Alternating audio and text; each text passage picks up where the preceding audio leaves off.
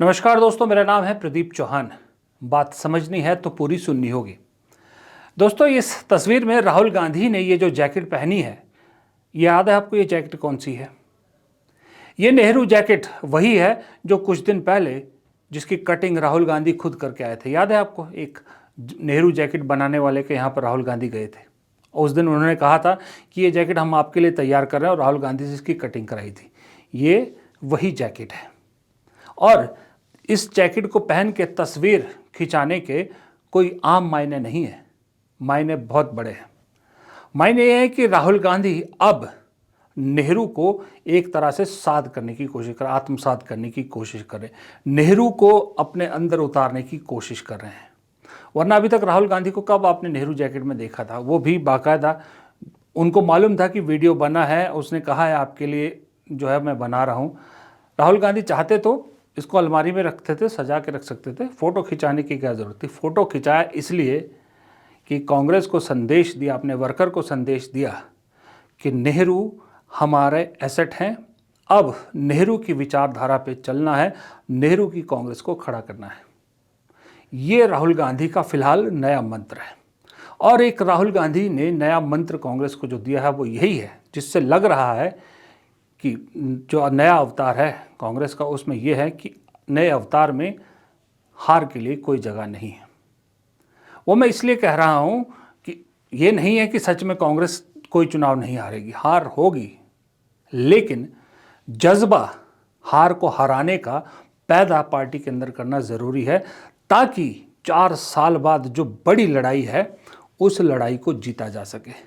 जज्बा पैदा करने के लिए इस तरह के एक माहौल बनाना पड़ता है कि अब हम हार को हरा के रहेंगे। आज देश में कांग्रेस इतनी एक्टिव या इतनी एग्रेसिव या इतनी वो हो गई है कि गुजरात में राहुल गांधी, बिहार में राहुल गांधी, दिल्ली में मतलब बिहार को लेकर, पंजाब में, उड़ीसा में, तेलंगाना में, चारों तरफ नज़र दौड़ाइए तो कांग्रेस आए दिन आपको सड़क पे नज़र आ रही थी। आज भी, कल भी, परसों भी लगातार कहीं पर आम आदमी पार्टी की सरकार के खिलाफ सड़कों पर है तो कहीं बीजेपी के खिलाफ सड़कों पर है, कहीं गुजरात जैसे राज्य से बीजेपी का गुब्बारा फोड़ने के लिए खुद राहुल गांधी ने कमान संभाली है, तो उड़ीसा को अपने खास लोगों के हाथ सौंपा है, लेकिन बिहार की कमान भी खुद अपने हाथ में ली है। कल बिहार को लेकर तेजस्वी यादव दिल्ली आए थे, बाकायदा राहुल गांधी और मल्लिकार्जुन खड़गे के साथ मुलाकात हुई। अगली मुलाकात 17 अप्रैल को पटना में होनी है, लेकिन कल की मुलाकात में बहुत सारी चीज़ें साफ हो गई। साफ ये हुई है, सबसे बड़ा बात तो कि भाई महागठबंधन में अब कन्फ्यूजन की स्थिति नहीं रहनी चाहिए। महाराष्ट्र वाली गलती कांग्रेस बिहार में किसी भी हाल में रिपीट नहीं करना चाहती। महाराष्ट्र में आपको मालूम है आखिरी वक्त तक टिकट डिस्ट्रीब्यूशन, सीट डिस्ट्रीब्यूशन चलता रहा। कल तय हुआ कि भाई बिहार में बहुत पहले चीज़ें सॉर्ट आउट कर दी जाएगी, सीट डिस्ट्रीब्यूशन पहले से तय कर दिया जाएगा और उसके बाद टिकट डिस्ट्रीब्यूशन टाइमली कर ली जाएगी और एक साझा प्रोग्राम के तहत, साझा चुनाव प्रचार के तहत महागठबंधन चुनाव में उतरेगा। ये दो अहम जो फैसले कल लिए गए, ये मुझे लगता है कि महागठबंधन को लेकर, बिहार चुनाव को लेकर बहुत सही स्ट्रेटजी है। दूसरा, एक अनएक्सपेक्टेड ये भी कहा गया कि पशुपतिनाथ पारस जो अब तक एनडीए का हिस्सा थे, कल उन्होंने एनडीए से नाता तोड़ लिया, वो बाहर आ गए और महागठबंधन ने तय किया, कांग्रेस आरजेडी ने तय किया कि ऐसी पार्टियों के लिए दरवाजे खुले रहेंगे। तो आप सोचिए, पशुपतिनाथ के लिए दरवाजे खोल दिए हैं तो इसका मतलब कांग्रेस को लग रहा है कहीं ना कहीं हो सकता है और भी जो बीजेपी के सहयोगी हैं अनकंफर्टेबल हैं। ये बात समझ में आ रही है, इसलिए दरवाजे खुले रखे हुए। दरवाजे तो नीतीश कुमार तक के लिए खुले हैं, क्योंकि कल जब मीटिंग के बाद जिस तरह से नीतीश कुमार की पार्टी ने रिएक्ट किया और जिस तरह से कांग्रेस को एक तरह से निशाना आरजेडी को बनाया, कांग्रेस की एक तरह से दबी दबी तारीफ की उन्होंने, उससे लग रहा है कि वो भी कांग्रेस का दरवाज़ा खुला रखना चाहते हैं।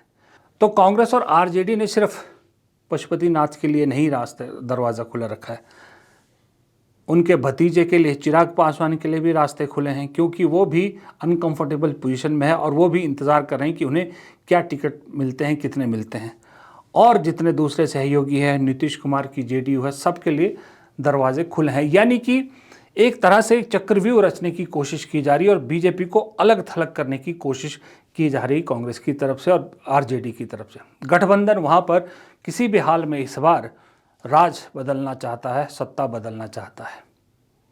और इसके अलावा आपको मालूम है कि कांग्रेस में इस वक्त सबसे मेजर जो ओवरऑलिंग हो रही है वो हो रही है कि संगठन में जो बदलाव हो रहे हैं। अब जिला अध्यक्षों को पावर दी जा रही है, तो एक शक हमने भी जाहिर किया था, आप में से बहुत लोगों ने जाहिर किया था कि भाई जिला अध्यक्ष गलत नियुक्त हो रहे हैं, सब प्रदेश अध्यक्ष अपने अपने लोगों को फिट कर रहे हैं, लेकिन वो सब टेम्परेरी थे।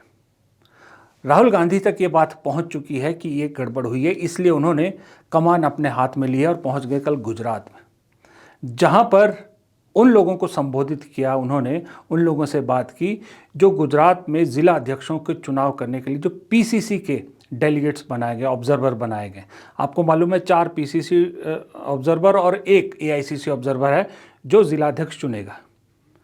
यानी कि संदेश दिया है उन पीसीसी ऑब्जर्वर्स को कि ईमानदारी रखिएगा काम पर, मेरी नज़र है। ये राहुल गांधी ने संदेश दिया है।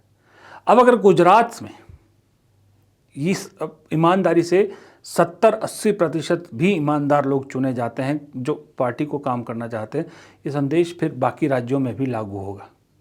तो जितने स्लीपर सेल या जितने बाहर से आए लोग या जितने बीजेपी समर्थक लोग जिलाध्यक्ष बने हैं, उन सब की कुर्सी टिकने वाली नहीं है। तो राहुल गांधी ने यहाँ 2 दिन गुजरात में लगा के बाकायदा एक संदेश पूरी पार्टी को दे रहे हैं कि अब चीज़ें पहले वाली नहीं रहने वाली हैं। लेकिन यहाँ दिक्कत सिर्फ इतनी है कि यहाँ भी केसी वेणुगोपाल क्यों साथ पहुँचते, मुझे समझ में नहीं आता। या तो केसी वेणुगोपाल काम कर लें, भाई संगठन महासचिव है आप, लेकिन खुद भी नहीं करेंगे, लेकिन राहुल गांधी के साथ परछाई बन के चले रहते हैं। इतना इनसिक्योर नेता मैंने कोई नहीं देखा। अपनी कुर्सी के जाने का खतरा किसी नेता को मैंने इतना नहीं देखा जितना केसी वेणुगोपाल को देखा है मैंने। पर खैर, अब थोड़ा मध्य प्रदेश चलते हैं। मध्य प्रदेश में भी अब जिनको लग रहा है कि जो नेता लग रहा है कांग्रेस से बाहर जाने का रास्ता आ रहा है उनका, या रिटायर होने का आ रहा है, वो अचानक से एक्टिव हो गए हैं। भूपेंद्र सिंह हुड्डा हरियाणा में ज़मीनी स्तर पर उतर गए हैं। मध्य प्रदेश में दिग्विजय सिंह ने कल एक बहुत अच्छा काम किया, मुझे लगता है उसकी तारीफ होनी चाहिए। वो काम किया, बाबा नहीं, माफ़ कीजिएगा, लाला रामदेव के खिलाफ उन्होंने एफआईआर दर्ज करा दी। वो लाला रामदेव जो अब सारी हदें पार करते हुए शरबत में भी जिहाद ढूंढ रहे हैं और रूह अफ़ज़ा जैसी कंपनी, हमदर्द जैसी कंपनी को, रूह अफ़ज़ा बनाने वाली कंपनी को शरबत जिहाद का एक वो बता रहे हैं कि शरबत जिहाद करने वाली कंपनी बता रहे हैं। तो ऐसे नफ़रत फैलाने वाले के खिलाफ कानूनी कार्रवाई होना ज़रूरी है और दिग्विजय सिंह ने ये एफआईआर करके दिखा दिया। मैं उम्मीद करता हूं कि न्याय करने के लिए जिस व्यक्ति ने अपराध किया है मौजूदा कानून के अंतर्गत उसके खिलाफ एफआईआर दर्ज होना चाहिए। मैं 1 हफ्ते का इंतजार करूंगा। अगर एफआईआर दर्ज नहीं होती है तो मैं अदालत में जाके शरण लूंगा। धन्यवाद। ये दिग्विजय सिंह ने सबसे सही काम किया। मुझे लगता है इसकी तारीफ मैंने जैसे पहले कहा बनती है, क्योंकि ऐसे लोगों के खिलाफ कम से कम कुछ तो कानूनी कार्रवाई हो ना, कुछ तो डर बैठे। ये हर चीज़ में जिहाद ढूंढने लगे हैं, हर चीज़ में। कल को ये कहेंगे हवा में भी जिहाद है। कोविड के टाइम तो आपको मालूम ही है, फैला ही दिया था। ये तो हर चीज़ में जिहाद, शरबत में जिहाद ढूंढ रहे हैं। बताइए ये ऐसे लोगों पे लगाम कैसे लगेगी? कोई लगा सकता है तो सिर्फ कानून लगा सकता है, क्योंकि सरकार तो ऐसे लोगों पे लगाम लगाएगी नहीं। सरकार ने तो रामदेव पे तब लगाम नहीं लगाई जब उन्होंने कोविड के दौरान अपनी दवाई बिना अप्रूवल, गवर्नमेंट के अप्रूवल के बेचनी शुरू कर दी थी। किसी और देश में ऐसा हुआ होता तो लाला रामदेव जेल में होते ऐसा करने के लिए, लेकिन यहाँ नहीं हुए। यहाँ आज भी खूब फल फूल रहे हैं और अपना धंधा चला रहे हैं। तो ये सब रोकने के लिए ज़रूरी था कानूनी कार्रवाई। और कानून से याद आया, जाते जाते एक चीज़ का और जिक्र कर लूँ कि कल किरण रिजिजू जो मंत्री है, उन्होंने कहा कि उम्मीद करता हूँ कि जो न्यायपालिका है वो संवैधानिक उसमें इंटरफेयर नहीं करेगी, मतलब विधायिका में और उसमें इंटरफेयर नहीं करेगी। वो उन्होंने रेफर किया वक्फ बिल को लेकर जो अदालत में अलग अलग याचिकाएं दाखिल हो रही हैं। अब इसको आप किस एंगल से लेंगे? क्या ये किरण रिजिजू का नॉर्मल बयान था या कहीं कोई इशारा कर रहे थे वो, या सुप्रीम कोर्ट या दूसरी अदालतों को कोई संदेश देने की कोशिश कर रहे थे? ये वही किरण रिजिजू हैं जब कानून मंत्री थे तो सुप्रीम कोर्ट के साथ इनकी ठन गई थी, फिर इन्हें बदल दिया गया था। अब फिर एक मैसेजिंग करने की कोशिश कर रहे हैं। ये मैसेजिंग किसको है ये आप और हम अंदाज़ा लगा सकते हैं। नमस्कार।